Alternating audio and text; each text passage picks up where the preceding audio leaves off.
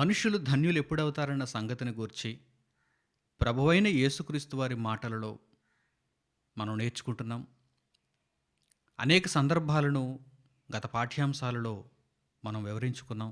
దేవుని మహాకృపను బట్టి మనమంతా ఆ సంగతులలో ఉన్నటువంటి సారాంశాన్ని గ్రహించగలిగాం. అలాగే ఆ మాటలకు కొనసాగింపుగా ఈరోజు కూడా ఒక అత్యద్భుతమైనటువంటి సంగతిని గూర్చి మనుష్యుడు ఎప్పుడు ధన్యుడవుతాడనేటువంటి విషయాన్ని గూర్చి మనం నేర్చుకుందాం. కృపావార్త అనే ఈ కార్యక్రమానికి మీ అందరికీ స్వాగతమును తెలియజేస్తున్నాను.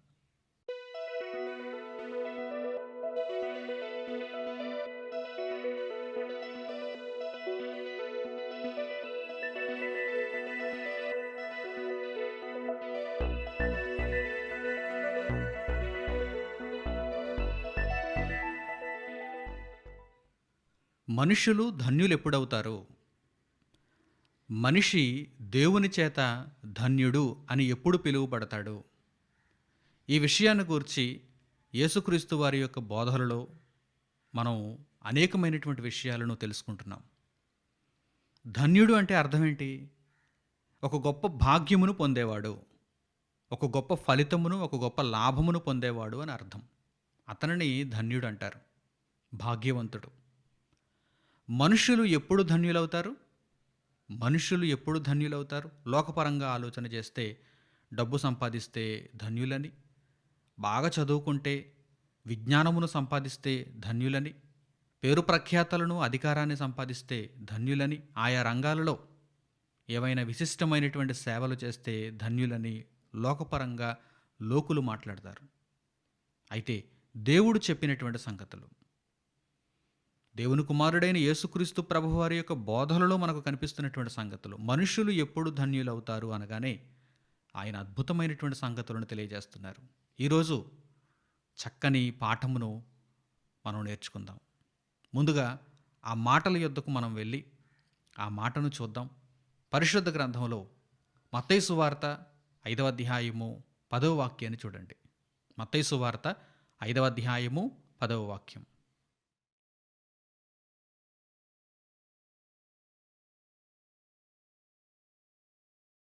నీతి నిమిత్తము హింసింపబడువారు ధన్యులు, పరలోక రాజ్యము వారిది. నీతి నిమిత్తము హింసింపబడువారు ధన్యులు, పరలోక రాజ్యము వారిది. అన్ని ధన్యతలే. ఆ ధన్యతలు పొందాలంటే కాస్త కష్టం అనుభవించాలి. మునుపు చెప్పబడినటువంటి పాఠాలలో మీరు ఈ సంగతులను గ్రహించారు. ఆత్మ విషయమై దీనులైన వారు ధన్యులనేటువంటి ఆ వాక్యం మొదలుకొని ఎన్నో సంగతులను మీరు నేర్చుకున్నారు. ఏ ధన్యతనైనా మనిషి పొందాలంటే గనుక, దేవుని యొక్క సన్నిధి నుండి ఏ ధన్యతనైనా మనిషి పొందాలంటే గనుక ముందుగా ఏముంటుంది? కష్టం ఉంటుంది, ముందుగా బాధ ఉంటుంది, ముందుగా ఇబ్బంది ఉంటుంది. ఈ విషయాలను మనం గత పాఠ్యాంశాలలో నేర్చుకున్నాం, ఈరోజు కూడా నేర్చుకోబోతున్నాం. ప్రభు తెలియజేస్తున్నారు. ఏమంటున్నారు చూడండి ఆయన, నీతి నిమిత్తము హింసింపబడువారు ధన్యులు. అంటే ధన్యత పుట్టుకతో వచ్చేది కాదు, ధన్యత వెంట వెంటనే వచ్చేది కాదు, కొంత సమయం పడుతుంది.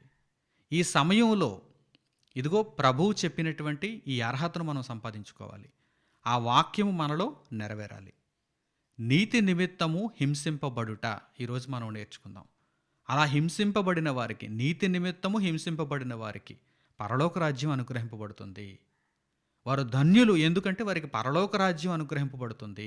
లోక సంబంధమైనటువంటి మనతో తీసుకుని వెళ్ళలేనటువంటి ఆస్తులు కాదు, అందచందాలు కాదు, అధికారాలు కాదు.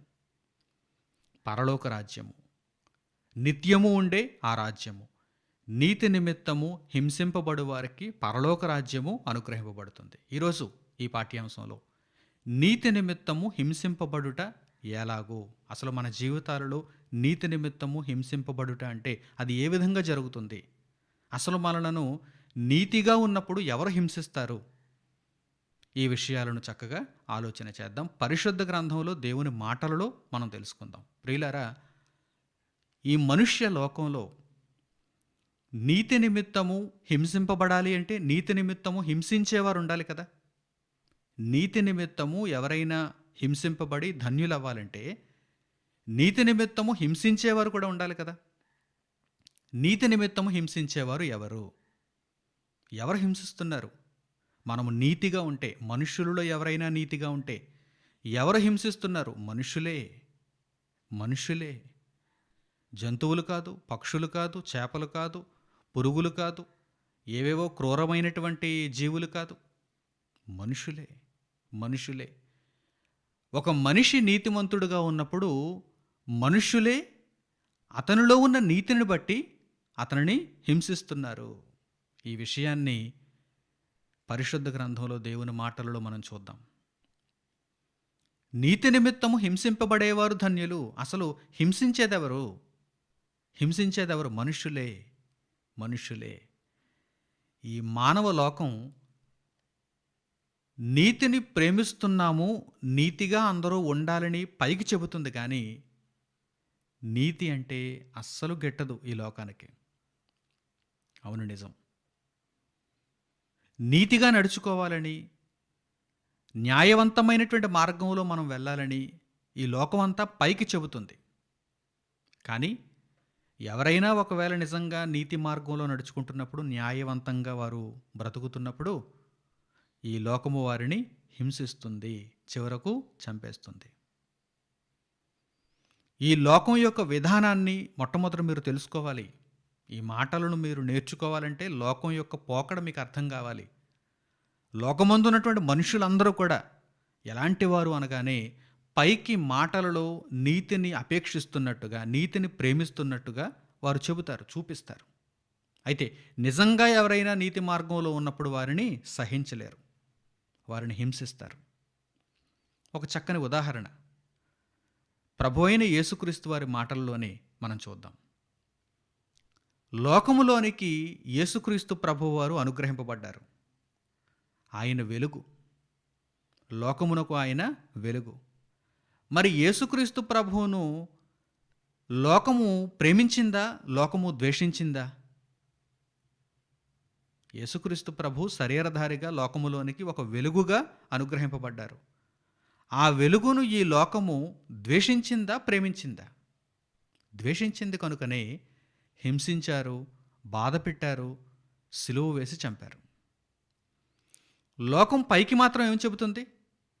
ఆ రోజు ఉన్నటువంటి యూదులు కావచ్చు, చుట్టూ ఉన్నటువంటి రోమీలు కావచ్చు, ఇంకా మిగిలినటువంటి అన్యజాతీయులు కావచ్చు, లోకమంతా కూడా పైకి ఏమని చెబుతుంది? మేము మోషే ధర్మశాస్త్రాన్ని అనుసరిస్తున్నాము, మేము భక్తులము, దేవుడు చెప్పినటువంటి ప్రతి మాటను కూడా మేము పాటిస్తున్నాము అని పైకి చెబుతున్నారు. దేవుడు చెప్పిన ప్రతి మాటను నిజముగా పాటిస్తున్నటువంటి ప్రభువును మాత్రం వారు హింసించారు, ద్వేషించారు, చంపేశారు.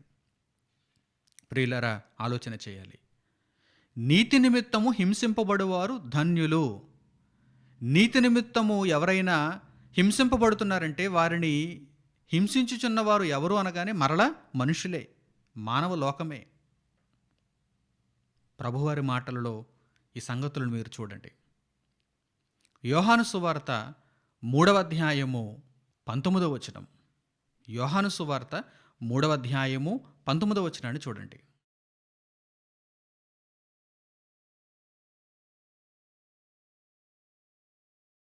ఆ తీర్పు ఇదే, వెలుగు లోకములోనికి వచ్చెను గాని తమ క్రియలు చెడ్డవైనందున మనుషులు వెలుగును ప్రేమింపక చీకటినే ప్రేమించిరి.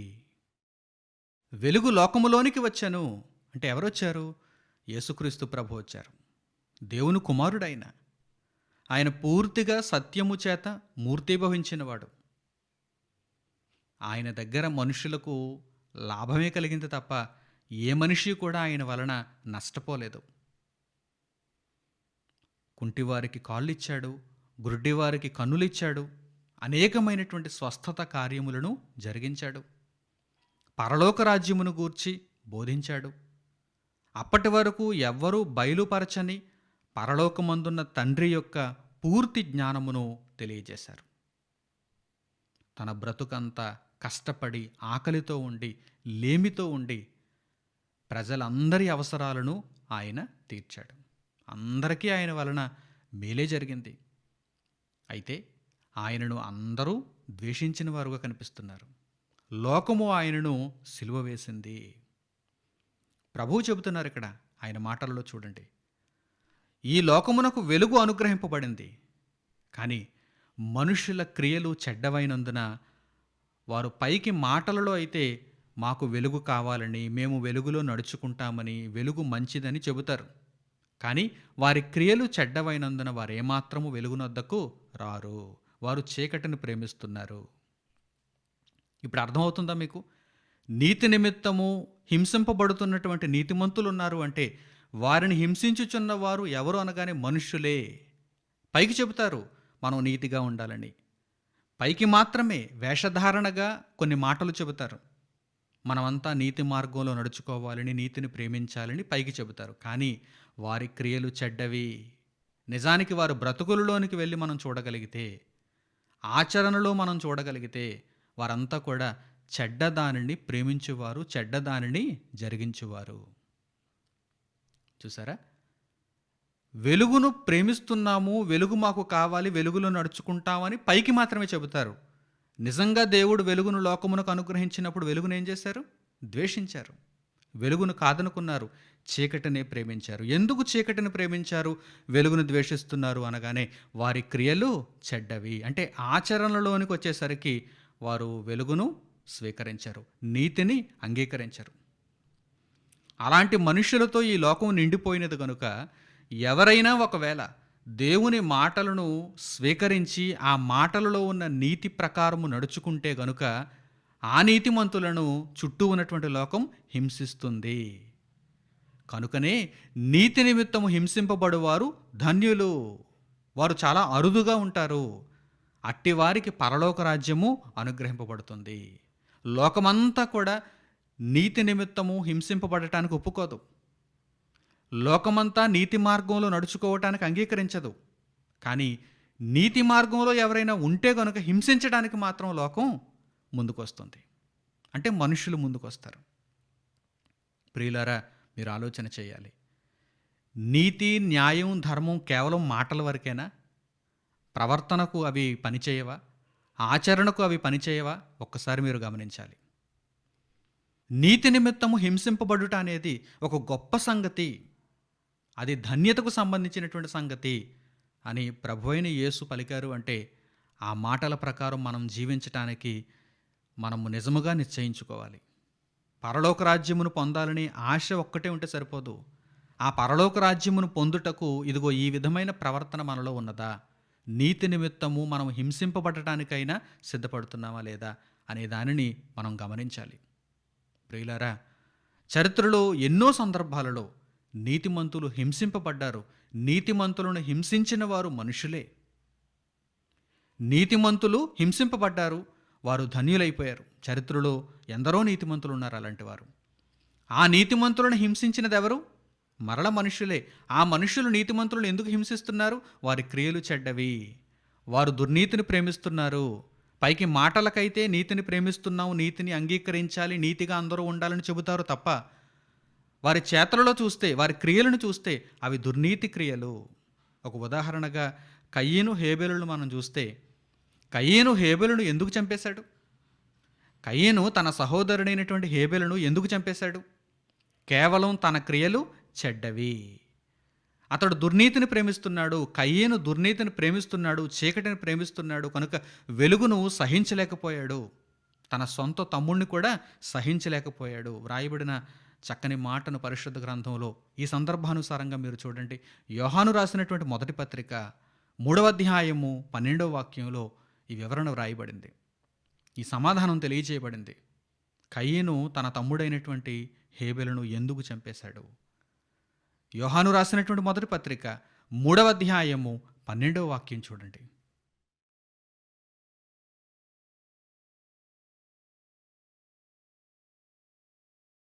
మనము కయీను వంటి వారమై ఉండరాదు. వాడు దుష్టుని సంబంధి అయి తన సహోదరుని చంపెను. వాడతను ఎందుకు చంపెను? తన క్రియలు చెడ్డవియు, తన సహోదరుని క్రియలు నీతి గలవియునై ఉండెను గనుకనే కదా. లోకమంతా కయీనును పోలి జీవించుచున్నది. మనము కయీను వంటి వారమై ఉండరాదు. అందరూ మనుషులే.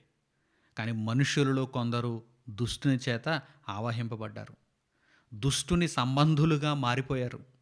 దైవ సంబంధులు కాదు, దుష్టుని సంబంధులు. కానీ పైకి మాత్రం ఏం చెబుతారు? దుష్టుని సంబంధులతో లోకం నిండిపోయింది రోజు. కానీ పైకి మాత్రం ఏమని చెబుతారు? ఎవరైనా సరే పైకి మేము దుర్నీతిని ప్రేమిస్తున్నాము, మేము దుష్టుని సంబంధులము, మేము అన్యాయంగానే ఉంటాము, మేము అక్రమంగా నడుచుకుంటామని ఎవరైనా చెబుతారా పైకి? పైకి ఎవరైనా చెబుతారా? పైకి అందరూ కూడా భక్తులుగా, నీతిమంతులుగా, న్యాయమును ప్రేమిస్తున్నట్టుగా, దేవుని సంబంధులుగా వారందరూ కూడా చెప్పుకుంటారు. అయితే వారు చేస్తున్నవేంటి? నిజానికైతే వారు దుష్టుని సంబంధులు గనుక, వారు చీకటిని ప్రేమిస్తున్నారు గనుక, హేబెలు వలె జీవిస్తున్నటువంటి వారిని వారు హింసిస్తున్నారు, చంపేస్తున్నారు. కయీను తన సహోదరుని ఎందుకు చంపెను? వాడు దుష్టుని సంబంధి, వాడి క్రియలు చెడ్డవి. అయితే తన సహోదరుని క్రియలు నీతిగలవి. నీతిగల క్రియలు సహోదరుడు కలిగి ఉన్నందున ఆ సహోదరుని సహించలేకపోయాడు కయీను. కనుక నీతి నిమిత్తము హింసించాలనుకున్నాడు కయీను, హింసింపబడ్డాడు హేబెలు. చూసారా, హింసించేవారు మన చుట్టూనే ఉంటారన్న విషయం మీరు మర్చిపోకూడదు. అయితే మనం హింసించేవారముగా ఉంటున్నామా? హింసింపబడుటకు కూడా సిద్ధపడుతూ నీతిగా బ్రతుకుతున్నామా? ఈ విషయమే ఇక్కడ మనం ప్రధానంగా చర్చించుకోవలసినటువంటి విషయం. మనము కయీను వంటి వారమై ఉండరాదు. అనేక సందర్భాలలో దుష్టుడైన వాడు నీవు హింసింపబడటం ఏంటి? నీతిగా ఉండి నీవు హింసింపబడటం ఏంటి? అవసరమైతే నీతిగా ఉండేవారిని హింసించు అని మనలను ప్రేరేపిస్తాడు. కనుక మనము దుష్టుని సంబంధులుగా ఉండకూడదు. అనునిత్యము దేవుని మాటల చేత మనలను మనమే పరీక్షించుకుంటూ మన వ్యక్తిత్వం ఎలా ఉన్నది, మనము కయీని వంటి వారుగా బ్రతుకుతున్నామా, హేబెలు వంటి వారముగా బ్రతుకుతున్నామా? ఈరోజు లోకంలో చూడండి, అనేక మంది ఎవరైనా సరే హింసింపబడటానికి ఒప్పుకుంటారా? నీతిగా న్యాయంగా ఉండి కూడా బాధపడటానికి ఒప్పుకుంటారా? ఎందుకు ఒప్పుకోలేకపోతున్నారంటే దుష్టుడైన వాడు వారి మనస్సులను చెరుపుతున్నాడు. దైవ సంబంధులుగా ఉండకుండా వారి మనస్సులను చెరుపుతున్నాడు. ఉండేది 70-80 ఏళ్ళ జీవితకాలం. అందులోనూ బాల్యంలో ఒక 20 ఏళ్ళు, వృద్ధాప్యంలో ఒక 10-20 ఏళ్ళు, మధ్యలో ఉండేది కేవలం 30-40 ఏళ్ళు మాత్రమే. మధ్యలో మనకు పూర్తిగా ఊహ తెలిసి జీవితాన్ని పూర్తిగా చూడగలుగుచున్నది 30-40 ఏళ్ళు మాత్రమే. ఈ 30-40 ఏళ్ల జీవిత కాలంలో దుష్టుడైన వాడు దేవుని సంబంధిగా మనం జీవించకుండా అపవాది సంబంధిగా మనం జీవించటానికి మనలను ప్రేరేపిస్తున్నాడు. నీతిగా ఉండి హింసింపబడతావా? తెలివి తక్కువవాడువా, మూర్ఖుడువా, పిచ్చోడివా అని మనలను హేళన చేస్తూ మనలో ఆ ప్రేరేపణ పుట్టిస్తాడు. అయితే దేవుని వాక్యం ఏమని సెలవిచ్చుచున్నది? నీవు నీతి నిమిత్తము హింసింపబడుతుంటే దీనికి కలిగే ప్రతిఫలం ఒకటి ఉంది. నీవు ధన్యుడు అవుతున్నావు. అంతే తప్ప నీవు పిచ్చోడువో, అమాయకుడువో, మూర్ఖుడువో కాదు. నీవు నీతిగా ఉండి కూడా హింసింపబడుతున్నావు అంటే నీవు అమాయకుడువని కాదు, నీవు ధన్యుడు అవుతున్నావు. పరలోక రాజ్యమును స్వతంత్రించుకొనుటకు నీవు సిద్ధపడుతున్నావు. ఈ విషయం గుర్తిస్తున్నావా నా సహోదరుడా, నా సోదరి? నేను న్యాయంగా ఉన్నాను, కానీ నాకు దెబ్బలు తగులుతున్నాయి. నేను నీతిగా నడుచుకుంటున్నాను, అయినా అనేకులు నన్ను నిందిస్తున్నారు. నేను ఈ నీతి మార్గంలోకి ఉండలేనని సహనమును కోల్పోయి మరలా దుర్నీతి వైపు అడుగులు వేస్తున్నావా? ఒక్కసారి నీవే పరీక్షించుకోవాలి. ధన్యతను కోల్పోతున్నావు. ముఖ్యమైన విషయం ఇది. ధన్యతను కోల్పోతున్నావు కదా. కనుక అట్టి మాదిరిగా నీవు ఆలోచన చేయకుండా, అపవాది ప్రేరణకు నీవు లొంగకుండా దేవుని వాక్య ఆకర్షణలో నీవు ఉండాలని ప్రభువైన యేసుక్రీస్తు వారి పేరిట మిమ్మల్ని అందరినీ నేను సూచిస్తున్నాను. దేవుని వాక్యపు ఆకర్షణలో మీరుండాలి. నీతి నిమిత్తము హింసించే లోకము మధ్య మనం జీవిస్తున్నప్పుడు, నీతిగా మనం నడుచుకుంటున్నప్పుడు మనం హింసింపబడినా కానీ ఆ నీతి మార్గమును విడిచిపెట్టడానికి వీలు లేదు. ఎందుకంటే అది ధన్యతకు సంబంధించిన విషయం. ఆ ధన్యత మనకు పరలోకాన్ని ఇస్తుంది. మనకు ఒక ఉదాహరణగా, గొప్ప మాదిరిగా దేవుని కుమారుడైన యేసుక్రీస్తు ప్రభువే కనిపించడం లేదా? ఆయన మాటలలో చూడండి, ఆయన ఎంత న్యాయంగా ఉన్నాడు, ఎంత నీతిగా ఉన్నాడు. దేవుని సత్యమును అనునిత్యం అనేక మందికి ప్రకటిస్తూ దేవుని మార్గములో నడుచుకుంటూ దేవుని చిత్తమును ఆయన పూర్తి చేసుకుంటున్నాడు. ఆయన మీద నిందలు వేశారు, ఆయనను హింసించారు, ఆయనను చివరకు చంపేశారు. ఆయన మాటలలో చూడండి, ఆయన బ్రతికి ఉన్నప్పుడే ఈ సంగతులన్నీ కూడా తనలో నెరవేరుతాయని ఆయన ధైర్యంగా చెబుతున్నారు. ఎందుకంటే ఆయన ధన్యుడు. ఆయన పరలోకమును స్వతంత్రించుకున్నాడు. అట్టి మాదిరిగా ఆయన అడుగుజాడలలో మనము కూడా పరలోకమును స్వతంత్రించుకునే వారముగా ఉండాలి. మార్కు సువార్త 8వ అధ్యాయము 31వ వాక్యాన్ని చూడండి. పరిశుద్ధ గ్రంథంలో మార్కు సువార్త 8వ అధ్యాయము 31వ వాక్యం.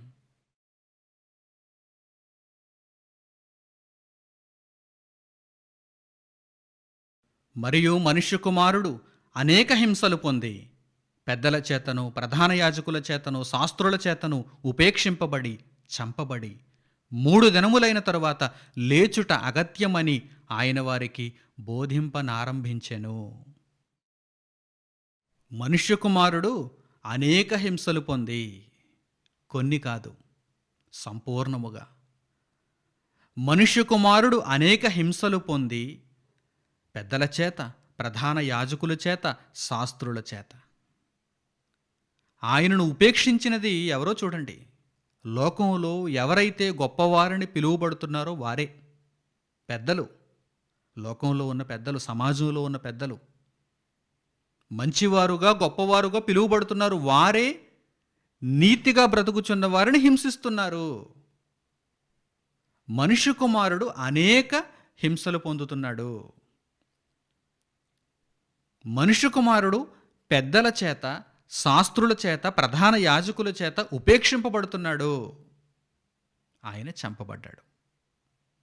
చూసారా, ఈ మాటలు ఆయన శరీరధారిగా భూమి మీద ఉన్నప్పుడు చెప్పారు. ఆ మాటలు ఆయన శరీరంలో ఉన్నప్పుడు నెరవేరాయి. ఆయన ఈ మృతమైనటువంటి శరీరాన్ని విడిచిపెట్టి అక్షయతను ధరించుకున్నారు. కేవలం 3 రోజుల్లో 3వ దినమున తిరిగి లేచారు.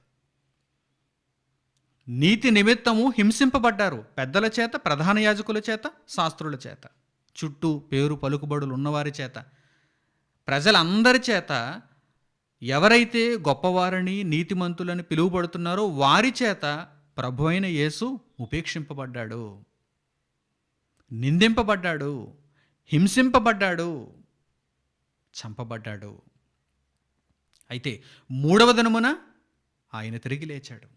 3వ దినమున ఆయన తిరిగి లేచాడు, హింసింపబడ్డాడు, పరలోక రాజ్యమును సంపాదించుకున్నాడు.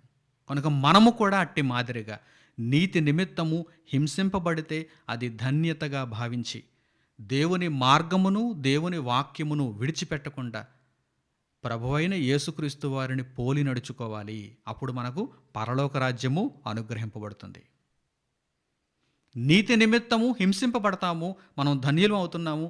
మనము ధన్యులమైతే మనకు కలిగే బహుమతి ఏమిటి? దేవుడు మనకిచ్చేటువంటి ప్రతిఫలం ఏమిటి? పరలోక రాజ్యము. లోకంలో ఎవ్వరూ ఇవ్వలేనిది, దేని చేతను ఇక మనం స్వతంత్రించుకోలేనిది, పొందలేనిది. ఏదో ఒక దాడి చేసి భూమి మీద ఉన్నటువంటి ఒక చిన్న భూభాగాన్ని ఆక్రమించుకున్నట్టు కాదు పరలోక రాజ్యం అంటే. నా దగ్గర క్షిపణులు ఉన్నాయి, నా దగ్గర అణుబాంబులు ఉన్నాయి, నా దగ్గర అధికార బలం ఉంది, మా దగ్గర చాలామంది సైనికులు ఉన్నారు, మాది చాలా పెద్ద దేశం, మేము పరలోక రాజ్యాన్ని స్వతంత్రించేసుకుంటాం, కబ్జా చేసేస్తాం అంటే కుదురుతుందా? పరలోక రాజ్యమును ఎవరు స్వతంత్రించుకుంటారు? ఎవరు అనగానే ఇదిగో ప్రభు చెబుతున్నారు కదా, ఎవరైతే దేవుని మార్గంలో నడుచుకుంటున్నారో వారు దీనులుగా ఉంటారు, ఆకలి దప్పులు కలిగి ఉంటారు, లేమితో ఉంటారు, వారు హింసింపబడతారు. నీతి నిమిత్తం వారు హింసింపబడతారు. వారు ధన్యులై పరలోక రాజ్యమును స్వతంత్రించుకుంటారు. స్వతంత్రించుకుంటారు అంటే హక్కు సంపాదించుకుంటారు. ఎవరికి దేవుడు ఆ పరలోక రాజ్యమును స్వతంత్రించుకునేటువంటి అవకాశాన్ని ఇస్తున్నాడో పరిశుద్ధ గ్రంథంలో మీరు చూడండి. పరిశుద్ధ గ్రంథంలో మీరు చూడండి. మత్తయి సువార్త 25వ అధ్యాయము 31వ వచనం నుంచి, మత్తయి సువార్త 25వ అధ్యాయము 31వ వచనం నుండి పరిశుద్ధ గ్రంథంలో మీరు చూడండి.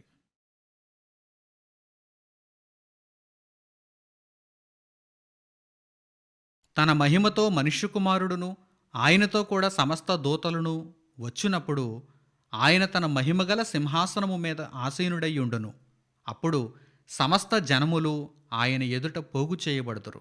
గొల్లవాడు మేకలలో నుండి గొర్రెలను వేరుపరచునట్లు ఆయన వారిని వేరుపరచి తన కుడివైపున గొర్రెలను ఎడమవైపున మేకలను నిలువబెట్టును. అప్పుడు రాజు తన కుడివైపున ఉన్న వారిని చూచి, నా తండ్రి చేత ఆశీర్వదింపబడిన వారలారా రండి, లోకము పుట్టినది మొదలుకొని మీ కొరకు సిద్ధపరచబడిన రాజ్యమును స్వతంత్రించుకొనుడి. మనుష్య కుమారుడు మరలా తిరిగి వచ్చినప్పుడు, అంటే ప్రభువు రెండవ రాకడలో జరిగే సన్నివేశాన్ని ఇక్కడ చూపిస్తున్నారు. మీరు పరలోకమును స్వతంత్రించుకుంటారు. ఎందుకంటే నీతి నిమిత్తము హింసింపబడిన వారుగా మీరు బ్రతికారు గనుక మీరు పరలోక రాజ్యమును స్వతంత్రించుకుంటారని ప్రభువు తెలియజేస్తున్నారు. మనుష్య కుమారుడు అధికారంతో మహిమతో తిరిగి వచ్చినప్పుడు, మనుష్య కుమారుడు తన అధికారముతోనూ మహిమతోనూ మరల తిరిగి వచ్చినప్పుడు ప్రభువు రెండవ రాకడలో ఆయనకు కుడివైపున నీతిమంతులు పోగు చేయబడుతున్నారు, ఆయనకు ఎడమవైపున దుర్నీతిపరులు పోగు చేయబడుతున్నారు. నీతి నిమిత్తము హింసింపబడిన వారందరూ ఆయనకు కుడివైపునున్నారు. నీతి నిమిత్తము హింసించిన వారందరూ, లోకమందు నీతిని ద్వేషించి కేవలం పైకి మాత్రమే నీతిని ప్రేమిస్తూ క్రియలలో నీతిని ద్వేషిస్తూ నీతిమంతులుగా ఎవరైనా బ్రతుకుచూ ఉంటే వారిని హింసిస్తూ ఉన్న దుర్నీతి పరులందరూ కూడా, అనీతిమంతులందరూ కూడా ఎటువైపు ఉన్నారు? ఎడమవైపునున్నారు. అప్పుడు ఆ రాజు అనగా ప్రభువైన యేసు ఆయన ఏమంటున్నారు చూడండి. కుడివైపున ఉన్న వారిని చూచి ఏమంటున్నారు చూడండి, నా తండ్రి చేత ఆశీర్వదింపబడిన వారలారా మీరందరూ ధన్యులైపోయారు. తండ్రి మిమ్మును ధన్యులు అంటున్నాడు. నా తండ్రి చేత ఆశీర్వదింపబడిన వారలారా రండి, మీ అందరికీ ప్రవేశము లోకము పుట్టినది మొదలుకొని మీ కొరకు సిద్ధపరచబడినటువంటి దేవుని రాజ్యమును స్వతంత్రించుకొనుడి. ముందుగా ఆయన చెప్పాడు, భవిష్యత్ ఎలా ఉంటుందో కూడా ఆయన నేర్పించాడు. ఈ విధంగా మనం బ్రతికితే మనము పరలోక రాజ్యమును స్వతంత్రించుకోవటం ఖచ్చితం. ఖచ్చితం. ఈ లోకమందు ఏదో ఒక భూభాగాన్ని స్వతంత్రించుకోవడం కాదు, పరలోక రాజ్యమును స్వతంత్రించుకోవాలి. పరలోక రాజ్యమును స్వతంత్రించుకోవాలి. తండ్రి చేత ఆశీర్వదింపబడినటువంటి కుమారులుగా మీరు ఉండగలుగుతున్నారా? నీతి నిమిత్తము మీరు హింసింపబడితే దేవుని చేత ఆశీర్వదింపబడిన వారు మీరు ధన్యులు. పరలోక రాజ్యము మీదే. మీరు పరలోక రాజ్యమును స్వతంత్రించుకుంటారు. మీ కొరకే పరలోక రాజ్యము సిద్ధము చేయబడినది. ఇంత గొప్ప అవకాశం ప్రపంచంలో ఇంకెవరైనా మనకు ఇవ్వగలరా? దేవుడే మనకు గొప్ప అవకాశాన్ని దయచేస్తున్నాడు. కేవలం కొద్ది కాలం, అలాగని ఈ భూమి మీద మానవ బ్రతుకు కాలం సుదీర్ఘమైనటువంటి కాలమేం కాదు. రెప్పపాటున మన జీవితాలు ఉంటాయి. కొద్ది కాలమే ఉంటాం. ఈ కొద్ది కాలములో మనం ఎలా బ్రతకాలో మనమే నిర్ణయించుకోవాలి. దేవుని వాక్యము ప్రకారం బ్రతకాలా, దేవుని వాక్యమును విడిచిపెట్టి అపవాది సంబంధులుగా బ్రతకాలా అనేది మనం నిర్ణయించుకోవాలి. దేవుని వాక్యము ప్రకారము బ్రతకాలనుకునే నిర్ణయం మనం తీసుకున్నప్పుడు దేవుని సహాయం మనకు అనుగ్రహింపబడుతుంది. పరిశుద్ధాత్మ నడిపింపు మనకు అనుగ్రహింపబడుతుంది. కనుక దేవుని యొక్క సహాయమును పొందిన వారై నీతి నిమిత్తము హింసింపబడినా కానీ, చివరకు చంపబడినా కానీ మేము ధన్యులం అవుతున్నాం అనేటువంటి ఒకే ఒక్క ఆనందంతో మనమందరం కూడా పరలోక రాజ్యమును స్వతంత్రించుకునేటందుకు ప్రభు మార్గంలో కొనసాగిపోవాలి. అట్టి నిర్ణయంతో మీరందరూ దేవుని వాక్యపు మార్గంలో నడుచుకుంటారని, కేవలం మాటల వరకే కాదు, మీ చేతలలో, మీ ప్రవర్తనలో దేవుని మార్గంలో మీరు చక్కగా నడుచుకుంటారని హృదయపూర్వకంగా ఆకాంక్షిస్తూ ఈ మాటలను, ఈ సందేశమును ఇంతటితో నేను ముగిస్తున్నాను. తండ్రి అయిన దేవునికి ప్రార్థనలో ఏకీభవించండి. మహోన్నతుడును మహాపరిశుద్ధుడును పరలోకమందున్న మా తండ్రి, ఈ సమయమందు మాకు అనుగ్రహించినటువంటి మీ జీవము కలిగిన ఈ మాటల కొరకు మా హృదయపూర్వకమైన కృతజ్ఞతాస్తుతులు మీకు చెల్లిస్తున్నాము. ఈ మాటలన్నీ మాలో ప్రతిఫలించు నిమిత్తము చక్కని నిర్ణయాలు తీసుకొనగలుగుటకు నాతో పాటు మీ బిడ్డలందరినీ తండ్రి మీ కృపయందు ఆశీర్వదించండి. దేవా, నీతి నిమిత్తము హింసింపబడుట అనగానే అది ఒక ధన్యతకు సంబంధించినటువంటి సంగతి. ఆ జీవన విధానములోనికి తండ్రి మేమంతా రావాలని మీరు నేర్పించినటువంటి ఈ జ్ఞానము నిమిత్తం మీ కృతజ్ఞతలు నాయన. తండ్రి, ఆ మార్గంలోనే చివరి వరకు ఉంటూ నీతిమంతులుగా మీ చేత ధన్యులమని పిలువబడేవారముగా పరలోక రాజ్యమును పొందుటకు తండ్రి ఆ అర్హతను మీ కృప వలన సంపాదించుకునే వారముగా ఉండగలుగుటకు మమ్మల్ని అందరినీ దీవించమని మిమ్మల్ని కోరుకుంటూ ఈ మా ప్రార్థనా విన్నపములను మా ప్రభువును రక్షకుడునైన యేసుక్రీస్తు వారి పేరిట మిమ్మల్ని వేడుకొనుచున్నాము తండ్రి. ఆమెన్. నా ప్రియులైన సహోదరి సహోదరులారా, మీరెంతవరకు కృపావార్త అనే కార్యక్రమం ద్వారా దేవుని ఉన్నతమైన సంగతులను విని నేర్చుకున్నారు.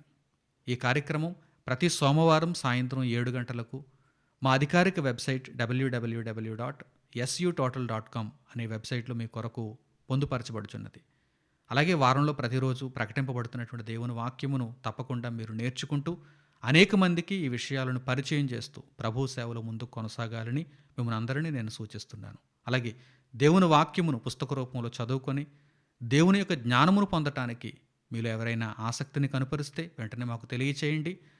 మాచే రచింపబడినటువంటి పుస్తకములను మీకు పంపించి దేవుని జ్ఞానంలో మరింత ముందుకు మీరు కొనసాగేలా మీకు తోడ్పాటునివ్వగలం.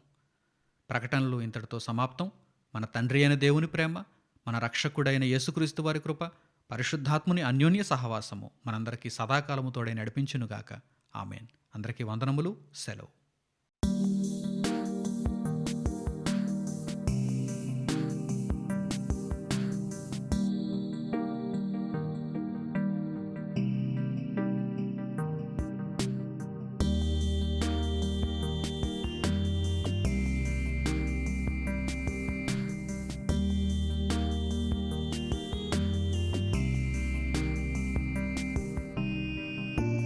సహోదరులు మణికుమార్ గారు ప్రసంగించిన ఎన్నో ఆత్మ సంబంధమైన సంగతులను ఉచితముగా వీక్షించుటకు సన్ ఆఫ్ గాడ్ ఆన్లైన్ అనే మా యూట్యూబ్ ఛానల్స్ ను తప్పక దర్శించండి.